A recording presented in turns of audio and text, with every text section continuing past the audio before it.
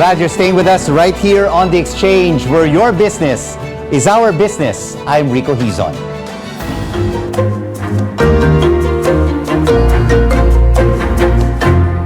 After recent severe weather conditions, how are local food producers stepping up to keep business going? Let's now have an exchange with Danilo Fausto of the Philippine Chamber of Agriculture and Food. Mr. Fausto, great to have you with us. Ang ating mga magsasaka are still recovering from the monsoon rains and egay that has destroyed many farmlands. How are they coping now, and what are their immediate concerns? Well, right now, because of the typhoon, only Bulacan and Pampanga, we think, were really badly hit. But in the northern part, like Nueva Ecija, according to Cagayan Valley, we're still okay, especially on rice. But on vegetables, there was a little delay because the rain will delay the flowering of the plants. And will crop up again, and we will now have another supply. So, Mr. Fausto? The basic problem, Rico, yeah. So, Mr. Fausto, does this mean that we will have to import rice again from our regional neighbors such as Vietnam and Thailand, who have also increased rice prices? Yes, unfortunately, we have no choice because the condition that we have now is for the past 10 years, Rico, we have only 0.8% growth in agriculture average for the past 10 years. And our population is increasing at 1.5 to 1.6%. Unless our productivity, our production exceeds the population growth, we will always have a problem on the supply. So we now have to strategize how to increase supply by having this technology, what we said earlier, and higher yield. Just to cite an example, we have Western Visayas, who is the first quarter, has planted more rice than Central Luzon. But Western Visayas is producing 65 kabans per hectare, while Central Luzon and Cagayan Valley is producing 120 to 150 kabans. If we can just double Western Visayas, Soc-Sargen, and part of Ilocos region, then perhaps we can increase and augment the supply. Second thing is technology. Our conversion of palay to rice is an average of 55%, at most 60%. But in Thailand, they can convert the palay into rice by 70%. And if we have one variety and we allow cooperatives to convert their palay into rice, they can have at least 70% recovery. That's about 15%. And our shortage in rice is basically about 15%.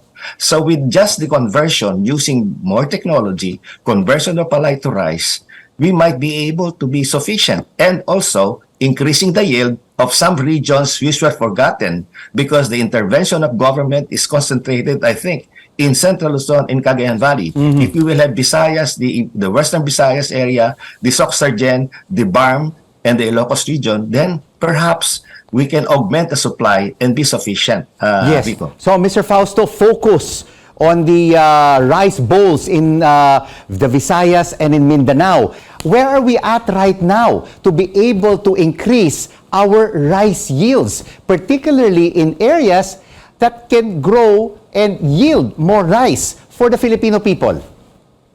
Well, we have a long way to go. We are just starting. The money came in for President BBM only this year, because last year, when we assumed office, there's no money in the treasury. So now we are starting. But the absorptive capacity of government, which is the result of the decline in our GDP the second quarter, is the expenditures of government, the speed that they spend, no? And that is one big factor that's bringing it down. Right now, in terms of prices, because of the international conditions in India, now there's a domino effect on Vietnam and Thailand.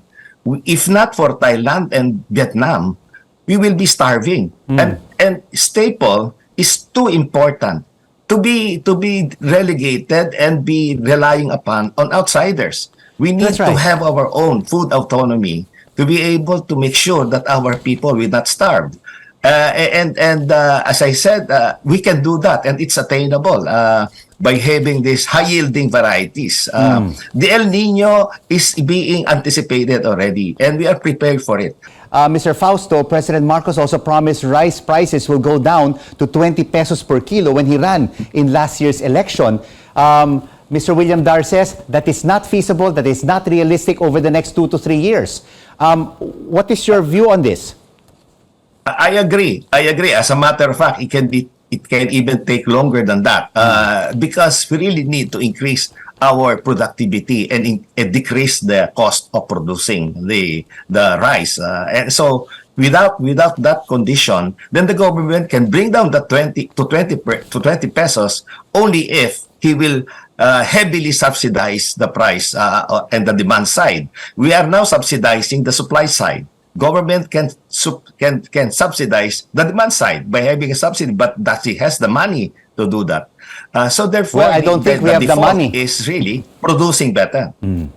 Well, at this point, I don't think we have that money. We're already in debt of more than 14 trillion pesos. Thank you so much for this food production exchange. Danilo Fausto of the Philippine Chamber of Agriculture and Food.